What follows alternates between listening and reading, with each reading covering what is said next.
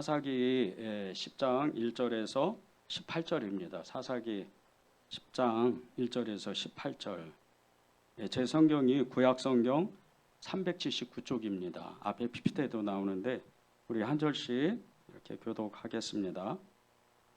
다 찾으셨죠?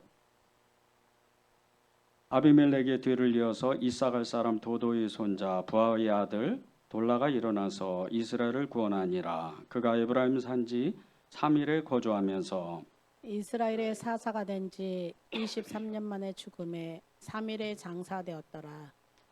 그 후에 길라 사람 야일이 일어나서 22년 동안 이스라엘의 사사가 되니라. 그에게 아들 30명이 있어 어린 낙에 30을 탔고 성읍 30을 가졌는데 그 성읍들은 길라 땅에 있고 오늘까지 하봇 야일이라 부르더라. 야일이 죽음에 가문에 장사되었더라. 이스라엘 자손이 다시 여호와의 목전에 악을 행하여 바알들과 아스다롯과 아람의 신들의 시돈의 신들과 모압의 신들과 암몬 자손의 신들과 블레셋 사람들의 신들을 섬기고 여호와를 버리고 그를 섬기지 아니하므로 여호와께서 이스라엘에게 진노하사 블레셋 사람들의 손과 암몬 자손의 손에 그들을 파심해 그해 그들이 요단강 저쪽 길르앗에 있는 아모리 족속 땅에 있는 모든 이스라엘 자손을 쳤으며 18해 동안 억압하였더라. 암몬 자손이 또 요단을 건너서 유다와 벤야민과 에브라임 족속과 싸움으로 이스라엘의 공고가 심하였더라. 이스라엘 자손이 여호와께 부르짖어 이르되 우리가 우리 하나님을 버리고 바알들을 섬김으로 주께 범죄한나이다 하니 여호와께서 이스라엘 자손에게 이르시되 내가 애굽 사람과 아모리 사람과 암몬 자손과 블레셋 사람에게서 너희를 구원하지 아니하였느냐. 또 시돈 사람과 아말렉 사람과 마온 사람이 너희를 압제할 때에 너희가 내게 부르짖음으로 내가 너희를 그들의 손에서 구원하였거늘 너희가 나를 버리고 다른 신들을 섬기니 그러므로 내가 다시는 너희를 구원하지 아니하리라. 가서 너희가 택한 신들에게 부르짖어 너희의 환난 때에 그들이 너희를 구원하게 하라 하신지라. 이스라엘 자손이 여호와께 여쭈되 우리가 범죄하여 싸우니 주께서 보시기에 좋은 대로 우리에게 행하시려니와 오직 주께 구하옵나니 오늘 우리를 건져 내시옵소서 하고 자기 가운데서 이방 신들을 제하여 버리고 여호와를 섬김에 여호와께서 이스라엘의 공고로 말미암아 마음에 근심하시니라. 그때 암몬 자손이 모여서 길앗에 진쳤으므로 이스라엘 자손도 모여서 미스바에 진을 치고 함께 읽겠습니다.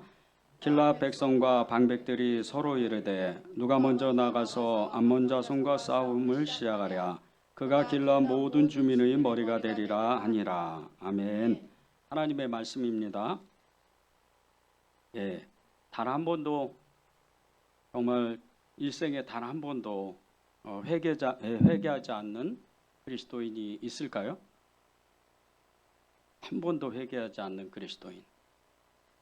여러분 생각은 어떠세요? 회개하지 않는 그리스도인이 진짜 있을까요? 일생 동안 한 번도? 근데 성경에서 말씀하시는 것은 있다는 겁니다. 회개하지 않는 그리스도인.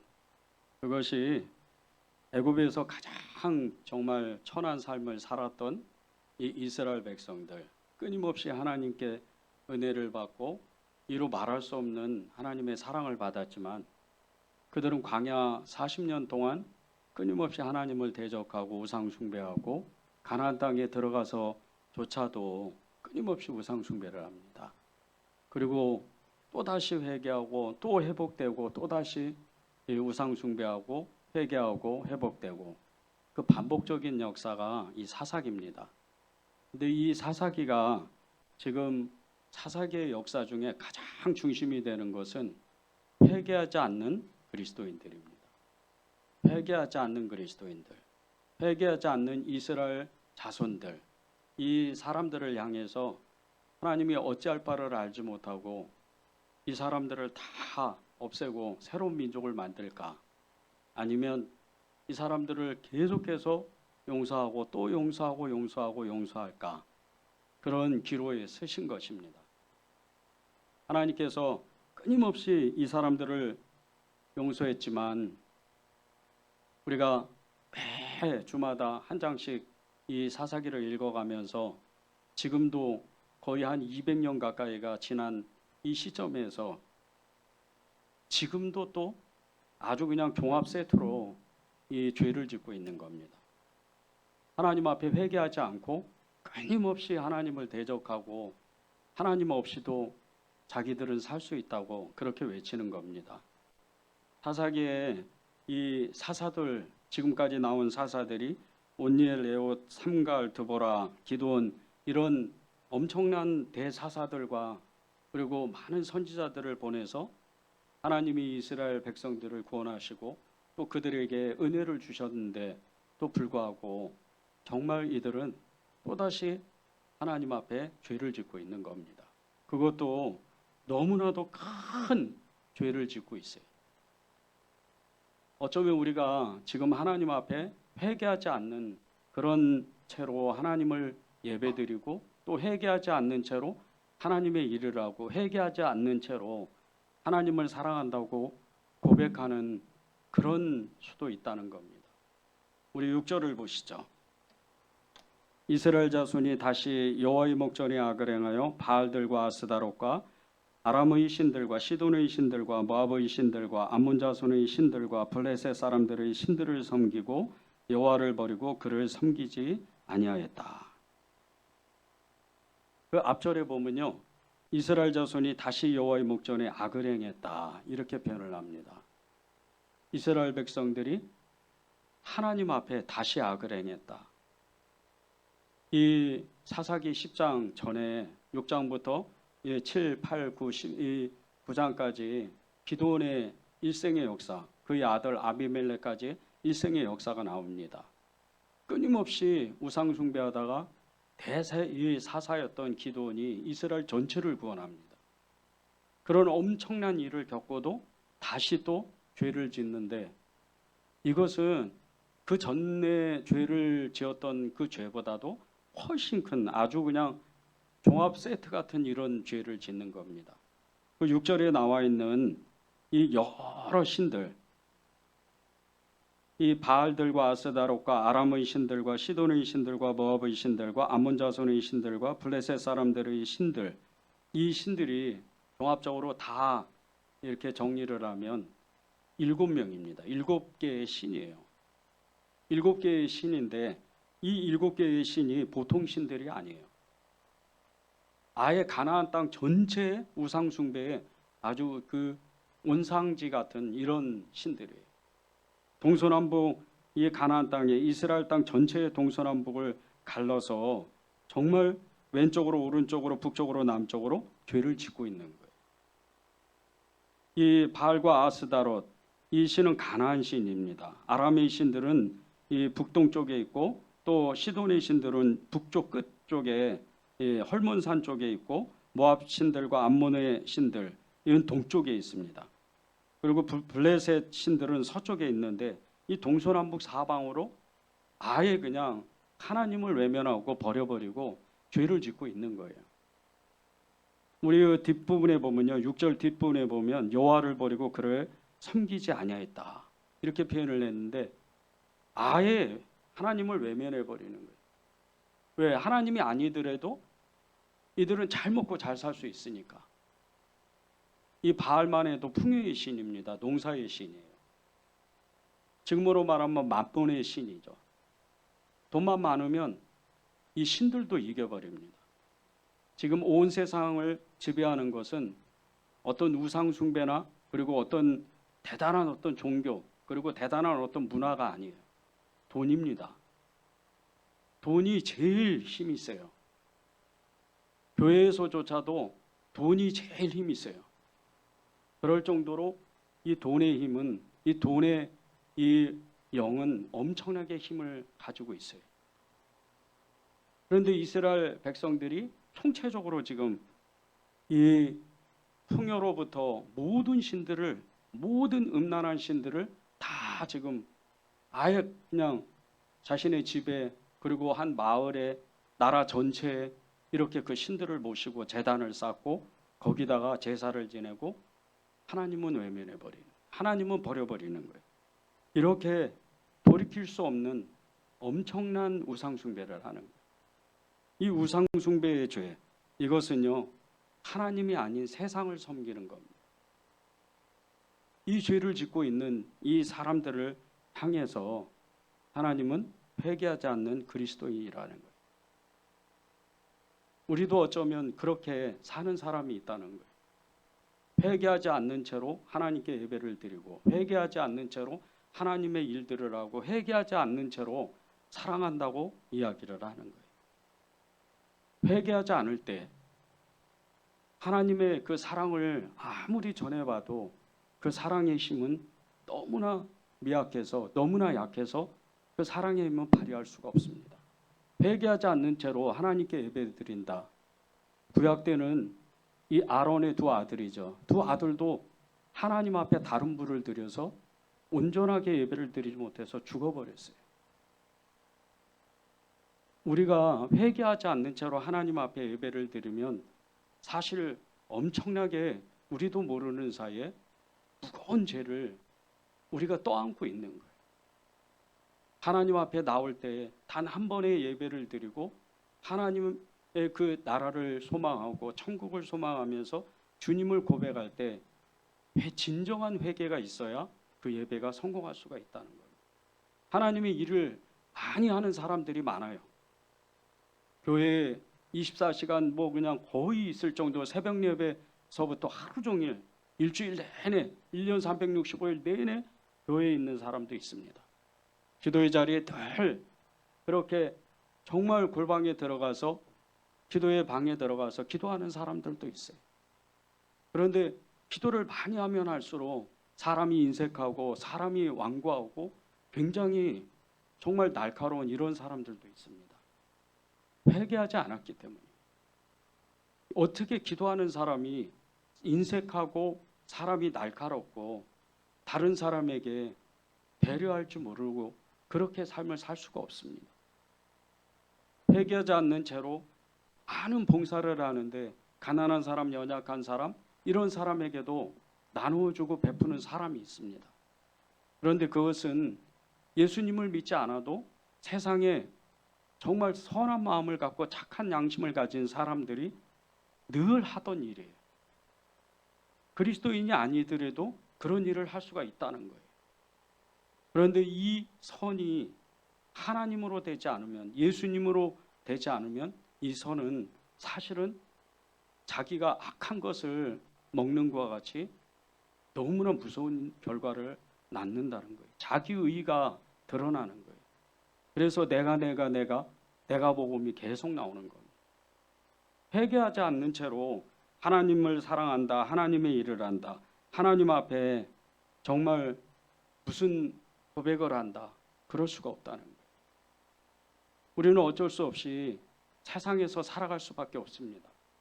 세상에서 악한 영향을 받고 세상의 어두운 그런 영의 영향을 받을 수밖에 없어요.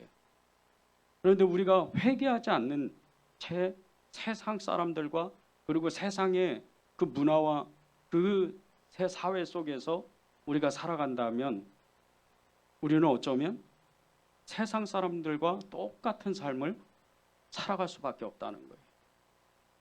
진짜 회개한 사람, 진짜 회개하고 하나님 앞에 나아가는 사람은 정말 이 세상이 음란하다고 그렇게 표현한 것처럼 우상들의 문화, 돈과 쾌락, 향락에 빠져서 마음을 빼앗기지 않는 거죠. 늘 그 죄악 가운데 들어가서 그 악이 창궐하고 만연한 그 세상 가운데에서 그리스도의 밝은 빛을 비춰줄 수 있다는 거예요. 예수님을 믿는, 진짜 믿는 사람이 직장에서 선한 영향을 끼치는 것은 그 사람이 하나님의 그 선한 마음을 가져서 늘 다른 사람을 배려하고 손해볼 줄 알고 그런 삶을 살아감으로 인해서 세상이 밝혀지는 거예요. 그런데 회개하지 않는 채로 직장 생활을 하거나 또 사업을 하거나 세상 사람들을 만날 때 너무나도 완악하게 행동하는, 너무나도 완고하게 행동하는 그런 그리스도인들도 있다는 거예요. 특별히 가정 가운데 우리가 이 명절을 보내잖아요. 여러분들이 이렇게 명절을 잘 보내신 것처럼 명절을 보내면서 형제 자매들 친척들을 만났을 때 그 형제 자매들의 나를 향한 그 소리를 들어보면 내가 어떤 그리스도인인지 그냥 알 수가 있습니다. 친척들이, 형제 자매들이 너 같으면, 정말 당신 같으면 예수님을 잘 믿는 그런 사람이기 때문에 나도 교회를 따라가겠다, 이렇게 말한 정도라면 그 사람의 삶이 평소에 그 가정에서 형제 자매들과, 그리고 사업 관계에서, 직장 관계에 그 사람들, 세상 사람들을 만나면서 선한 영향을 주었다는 거예요. 진정한 회개를 한 그리스도인이죠. 이런 사람들이 하나님의 그 은혜를 체험하고 경험하고, 그리고 많은 사람들에게 그리스도를 증언하는 사람들이 되는 겁니다. 우리는요, 세상을 살면서 우리의 마음 가운데, 특별히 우리의 눈에 이 욕망이라는 이 세상의 영을 빨리 벗어나야 돼요. 그 욕망을 한번 우리 눈에 담아두기 시작을 하면 그 욕망 때문에 우리는 믿음을 잃어버리고 마는 거예요. 회개하지 않는 채로 세상을 향해서 성공을 바라고 부자가 되기를 원하고, 그렇게 세상을 살아가다 보면 이 욕망이라는 엄청난 영이 우리를 지배해 버립니다. 그래서 세상의 영에 눌려버리는 거예요. 그리스도인인데 진짜 그리스도인이 아닌 거죠. 회개도 거짓 회개가 되는 거예요. 그래서 사도 요한은 요한일서 2장 16절에 세상을 경계하라고 이렇게 말씀하고 있는 거예요. 이는 세상에 있는 모든 것이 육신의 정욕과 안목의 정욕과 이생의 자랑이니 다 아버지께로부터 온 것이 아니요 세상으로부터 온 것이다. 육신의 정욕과 안목의 정욕과 이생의 자랑, 이 세 가지는요, 우리의 영혼을 완전히 정말 숨을 쉬지 못하게 만들어요. 육신의 정욕 때문에, 안목의 정욕 때문에, 이생의 자랑에, 그 영 때문에 우리는 세상에서 힘을 쓸 수가 없는 거예요. 진정한 그리스도인만이, 진정한 회개한 사람만이 이것을 뛰어넘을 수가 있는 거예요. 그러면 이렇게 우리가 정말 회개하지 않는 채 우리가 살아가는 그런 사람들은 왜 이렇게 됐을까? 그것은요, 평안할 때, 평온할 때, 그리고 평강할 때 자신들의 마음을 지키지 못했던 이유가 있었습니다. 1절에서 5절을 제가 읽겠습니다. 아비멜렉의 뒤를 이어서 이삭할 사람 도도의 손자 부하의 아들 돌라가 일어나서 이스라엘을 구원하니라. 그가 에브라임 산지 3일에 거주라 하면서 이스라엘의 사사가 된 지 23년 만에 죽음에 3일에 장사되었더라. 그 후에 길앗 사람 야일이 일어나서 22년 동안 이스라엘의 사사가 되니라. 그에게 아들 30명이 있어 어린 낙이 30을 탔고 성읍 30을 가졌는데 그 성읍들은 길앗 땅에 있고 오늘까지 하본 야일이라 부르더라. 야일이 죽음에 가문에 장사되었더라. 1절에서 5절에 보면요, 사사에 두 사람의 사사가 나옵니다. 한 사람은 돌라, 한 사람은 야일인데 이 두 사사가 활동한 시기에 특별한 그 일들이 있었어요. 이스라엘 12지파가 이 블레셋을 중심으로 가나안에 이 여러 남아있는 아모리 족속이나 여러 족속들, 이 족속들로부터 굉장히 이렇게 공고를 당했는데, 그때마다 이제 하나님은 사사를 일으켜 세워서 이스라엘을 구원합니다. 그런데 1절에서 5절에 보면 이 돌라와 야일이 활동한 시기에 보면 그 외부에 이런 블레셋이나 아모리나 그리고 가나안 족속들, 이런 족속이 괴롭혔다는 이야기가 안 나와요. 전혀 안 나오는 거예요. 1절과 2절에 보면요, 이 돌라가 활동했던 이 시기에 보면 이렇게 이야기를 하는 거예요. 돌라가 일어나서 이스라엘을 구원하니라. 돌라가 일어나서 이스라엘을 구원했다. 무엇으로부터 구원을 했을까? 이스라엘 전체를 무엇으로부터 이 돌라는 이스라엘 12지파를 지켰을까? 그 이야기가 안 나오는 거예요. 그런데 9장에 가면요, 그 앞장 10장, 이 사사기 10장 앞장에 가면 아비멜렉의 사건이 나와요. 내전이 일어난 거죠. 기드온의 이 서자였던 아비멜렉이 그 형제 70명을 다 죽이고 그리고 전쟁을 일으켜요. 12지파와 전쟁을 일으키는데 외부에서 전쟁이 아니고 내부에서 전쟁이 일어나는 거예요. 내전이 일어나는 거예요. 그러니 이 전쟁이 끝나고 나서 돌라가 일어났는데 이 돌라는 하는 일이 이제 그 12지파가 다 분열하고 서로를 미워하고 물어뜯고 막 이런 정말 엄청난 이런 사회에 말할 수도 없는 이 분열의 영을, 이 분열하는 이 12지파를 다 수습하는 거예요. 그것도 20년이 넘게 이 사람들을 다독이고 서로 사랑하자고 그렇게 하나가 되도록 모으는 겁니다. 이게 사사 돌라가 했던 일이에요. 외부로부터의 어떤 적이 아니고 내부로부터의 그 분열을 막은 거죠.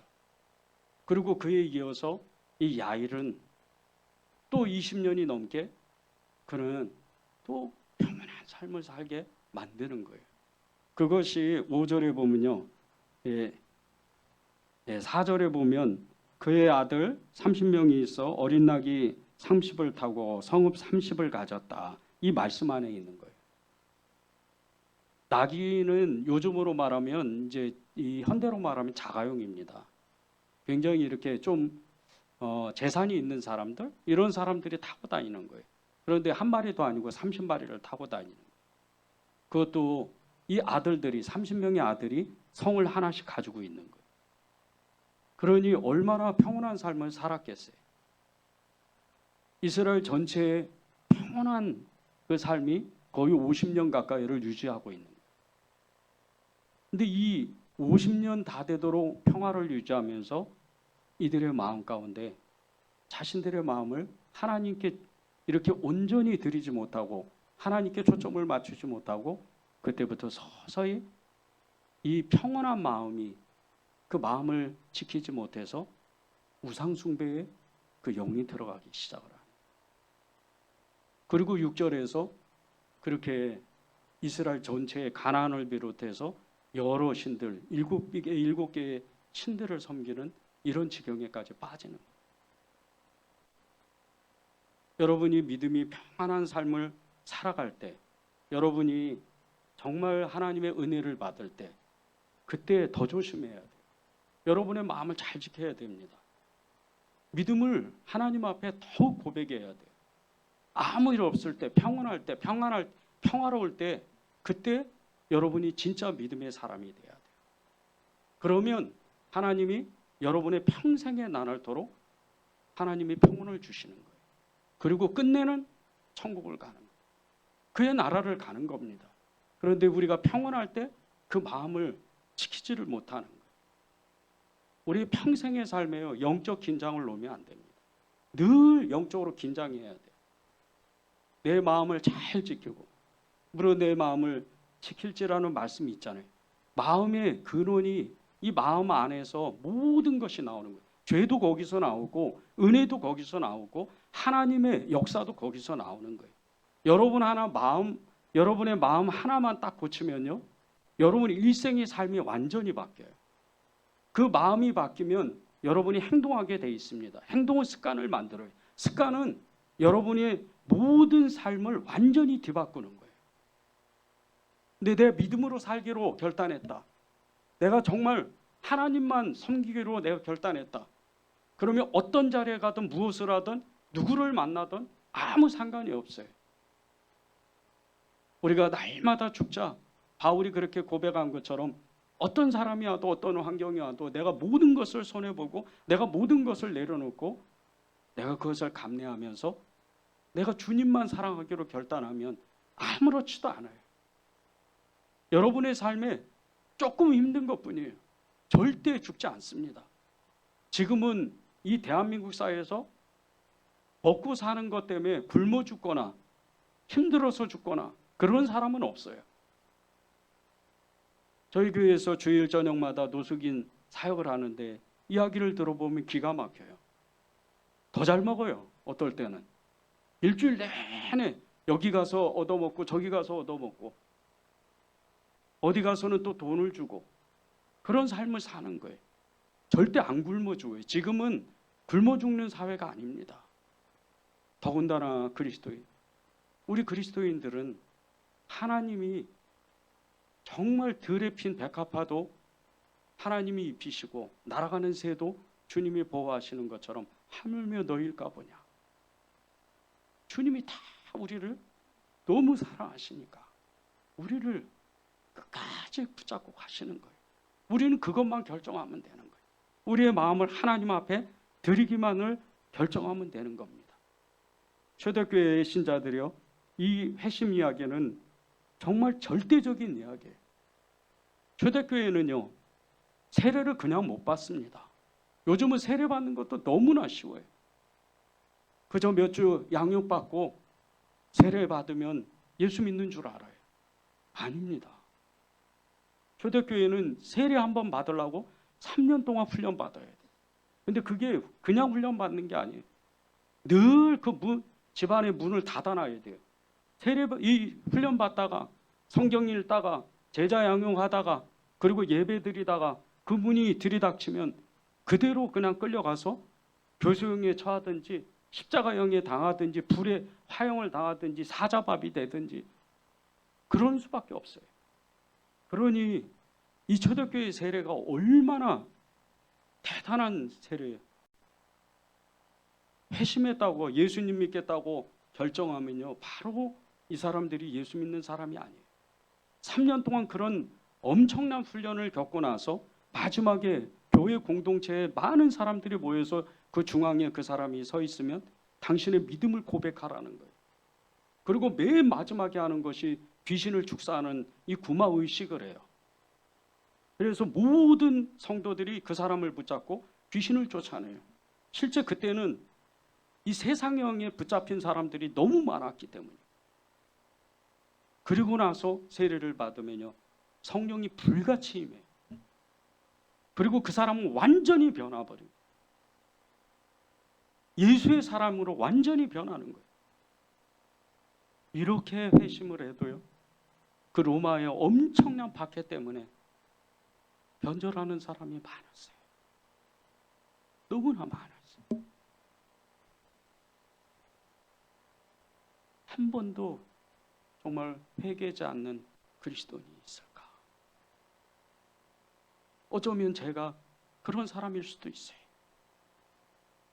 우리가요, 정말 하나님 앞에 나의 회심이 진짜라면, 나의 회개가 진짜라면 하나님 앞에 정말 전심을 다해서 사는 그런 삶을 살아야 돼요.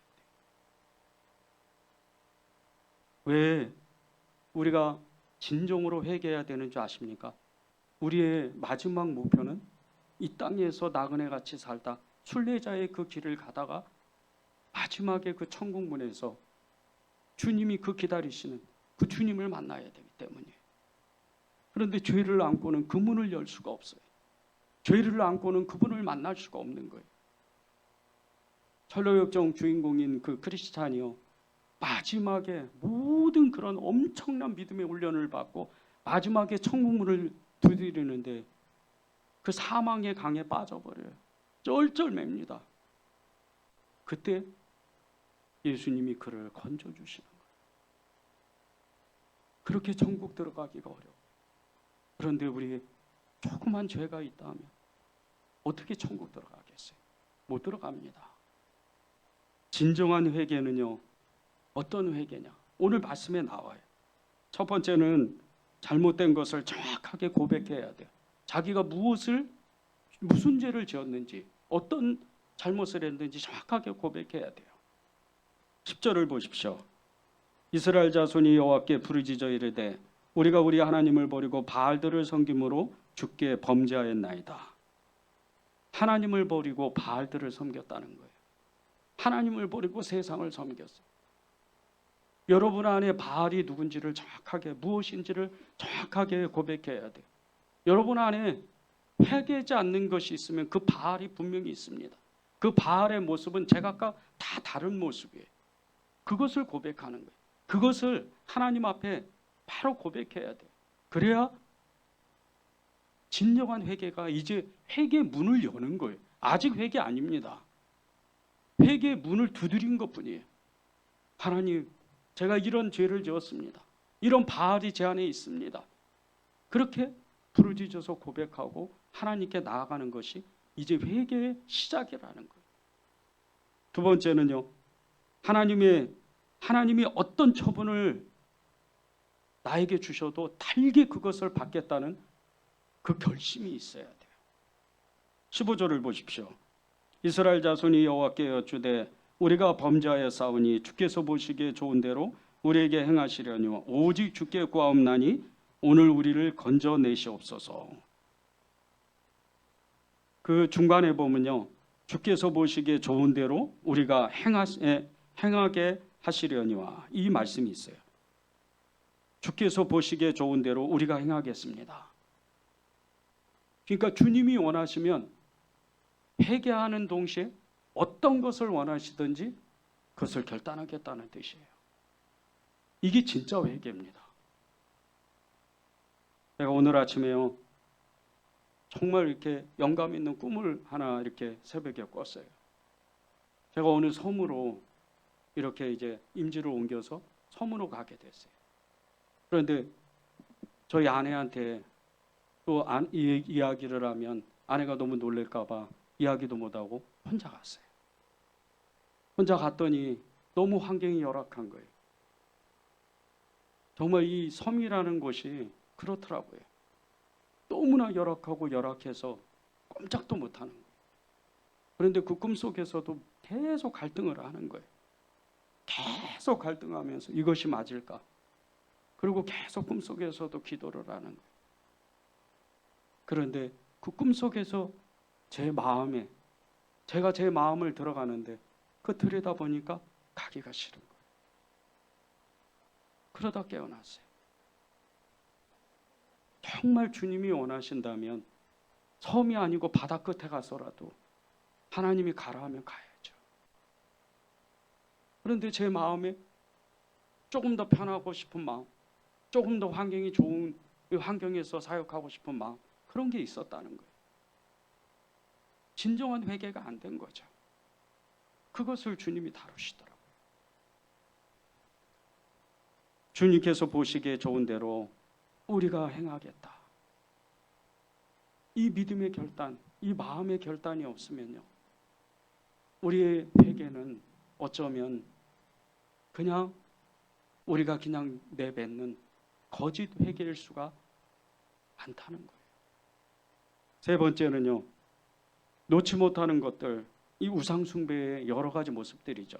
놓지 못하는 것들을 빨리 버리고 하나님을 섬기는 거예요.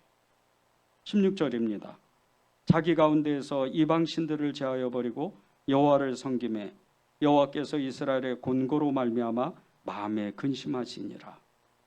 제가 이 16절 말씀을 계속 기도하는데 끝에 16절 끝에 너무 놀랍게 여호와께서 이스라엘의 곤고로 말미암아 마음에 근심하시니라. 이 말씀이 제 마음을 정말 크게 일으키더라고요.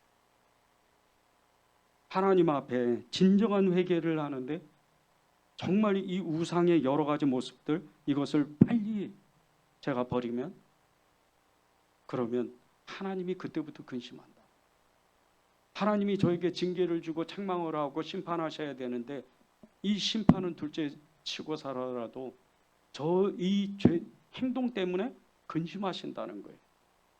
여기에서 근심한다는 이 말씀이요, 하나님이 근심한다는 뜻이 아니에요. 하나님이 용서하기로 결단했다는 뜻이에요. 하나님이 이미 너는 이제 회개를 다 했던 사람이야. 그래서 나는 어쩔 수 없이 너를 용서하기로 결단했어. 그런 뜻이에요. 여러분이 가지고 있는 그 우상의 여러 가지 모습들을 내어버리기만 하면, 그것을 결단하기만 하면 하나님은 여러분을 향해서 근심하시기 시작하는 거예요. 이 아이를 어떻게 할까? 정말 지금까지 살아온 삶에 의해서는 엄청난 공고를 주고 엄청난 정말 곤란을 겪고 이 환난을 겪어야 되는데 주님은 그렇게 못하신다. 진정한 회개가 되면, 진정한 이 회심을 해결을 한 사람의 모습을 보십시오. 아프리카 콩고에 있는 그 병원이 있는데 이 병원 이름이 nem버린이라는 이 병원이에요. 근데 이 nem버린에 천사라고 불리는 메리안 프레민저라는 여사가 있어요. 이 여사가 진짜 회심이 무엇인지, 그리고 회심 후에 어떤 삶을 살아가는지를 그대로 자신의 삶을 보여준 사람이에요. 이 메리안은요, 1913년 헝가리 귀족의 딸로 태어나서 정말 엄청난 크게 그 성과 같은 집에서 하인, 하녀, 개인 운전사, 그리고 가정교사, 정말 수십 명을 데리고 그렇게 살았어요. 18살 때 비엔나로 유학을 가서 너무나 정말 인테리어인 의사를 만나서 결혼했는데 1년에 이혼을 합니다. 그 후에 배우가 되고 또 영화감독과 결혼해서 미국의 영화계에 진출하고 너무나 화려한 삶을 살았어요. 그곳에서 완전히 환락에 빠져서 삽니다. 그러다 또다시 이혼하고 유럽으로 돌아와서 유럽 사교계의 꽃이 돼요. 여왕처럼 살아요. 정말 말할 수 없는 타락의 삶을 사는 거예요. 화려하지만 이루 말할 수 없는 타락적인 삶을 살아요. 이러던 이 그녀가 1948년 어느 날에 자신이 어렸을 때부터 정말 흠모했던 이 슈바이처 박사가 프랑스의 한 도시인 군수바에 머물고 있다는 소식을 들어요. 그리고 그에게 즉시로 연락을 하고 그를 찾아갑니다. 군수바에 도착해서 마을 교회에서 오르간을 연주하고 있는 이 슈바이처를 만나는데 그 슈바이처가 오르간을 연주하는데 옆에서 이 책을 계속해서 넘겨주는 거예요. 이 악보를. 그러면서 이야기를 하게 됐어요. 그런데 이 슈바이처 박사와 이야기하는 그 짧은 시간에 이 메리안의 마음속에 한 가지 빛이 들어오기 시작해요. 그리고 그 빛이 지금까지 살아본 것과는 전혀 다른 방식의 삶이 있다는 것을 순간적으로 알게 됩니다. 그리고 그 뒤에 이 슈바이처 박사의 초청으로 이 메리안은 아프리카 콩고의 nem버린 병원에 그곳에 가서 평생을 살아요. 그곳에서 매일 환자들에게 헌신적으로 치료하고 아기들을 목욕시켜주고 특별히 나환자들의 음식을 먹여주면서 그렇게 흑인들의 종으로 평생을 살아요. 너무나 화려하고 너무나 정말 엄청난 재산을 가지고 있던 이 메리안이 이 예수님을 만나고 그 후에 뒤의 삶은 완전히 바뀐 삶. 그녀의 자서전에 제목이 이런 제목을 달았어요. 모든 것이 내가 원했던 것이었다. 그 책 안에서요, 슈바이처 박사가 그 한 말을 인용했는데 이렇게 이야기를 했습니다. 이 세상에는 두 종류의 사람이 있습니다. 하나는 돕는 사람과 또 하나는 돕지 않는 사람입니다. 나는 돕는 사람이 되기로 결심하고 그렇게 살았습니다. 그리고 이 메리안은 평생토록 진정한 행복을 찾아간 그런 사람이 된 거예요. 이게 진짜 회개한 사람이에요. 진짜 회심을 경험한 사람의 모습이에요. 우상들의 그 죄의 여러 가지 그 모습 모양을 들고 그 죄를 버리지 못하고 회개한다고 하나님 앞에 나와서 기도하고 울고불고 하는 그리스도인이 얼마나 많은지 몰라요. 이것은 진짜 회개가 아니에요. 진짜 회개는요, 회개와 동시에 자신의 삶을 하나님께 드리는 거예요. 이게 진짜 회개입니다. 진정한 회심, 진정한 변화, 이것은요, 하나님 앞에 나의 삶을 완전히 다르게 살겠다는 믿음의 결단이에요. 이것이 회심의 이 정말 회개의 은혜인 겁니다. 오늘 주님이 저와 여러분에게 회개의 은혜라는 이 말씀을 주셨는데, 회개하면 주님은 어떤 은혜를 우리에게 채워주시나? 그것은 평화예요. 그것은 은혜입니다. 그것은 사랑인 거예요. 여러분의 마음 가운데 가만히 손을 얹고 요즘 주님을 부르면서 정말 언제 한번 내가 주님 때문에 언제 한번 울어봤나? 아무도 없을 때 주님의 이름을 부르면 정말 그 사랑하는 주님 그 이름만 불러도 감격에 차서 언제 한번 울어봤나? 그것을 한번 생각해 보세요.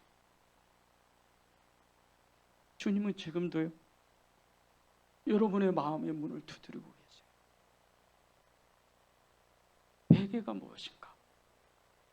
회개는 잘못했던 걸 용서하는 게 아니에요.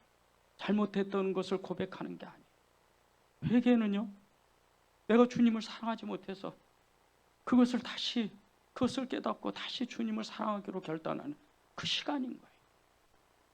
진정한 회개는요, 진짜 주님을 사랑하는 거예요. 그것이 회개입니다. 여러분에게 억지로 하나님이 무거운 무슨 엄청난 그 죄책감을 주고 그런 하나님이 아니에요. 그분은 끊임없이 사랑하는 분이에요. 그분은 끊임없이 우리를 기다리고 또 기다리는 분이에요. 그분 앞에 나와서 주님을 사랑해요. 저는 근데 너무 힘이 없어요. 주님이 도와주셔야 돼요. 그렇게 고백하기만 하면 여러분은 진정한 회개를 할 수 있는 거예요. 마지막으로 우리 시편 51편 3절을 읽고 우리 기도하면 좋겠습니다. 무릇 나는 내 죄가를 아오니 내 죄가 항상 내 앞에 있나이다. 바세바와 간음한 그 죄 때문에 나단이 찾아와서 이 다윗을 지적했을 때 그 유명한 시편 51편으로 하나님 앞에 회개했던 이 다윗의 이 고백은요, 보세요. 무릇 나는 내 죄가를 아오니, 나는 내 죄를 안다는 거예요. 내 죄가 항상 내 앞에 있습니다. 그래서 저는 주님 앞에 나옵니다. 그 고백을 하는 거예요. 여러분이 그렇게 주님을 사랑하고 그분을 고백하는 그런 은혜를 누리시기를 바랍니다.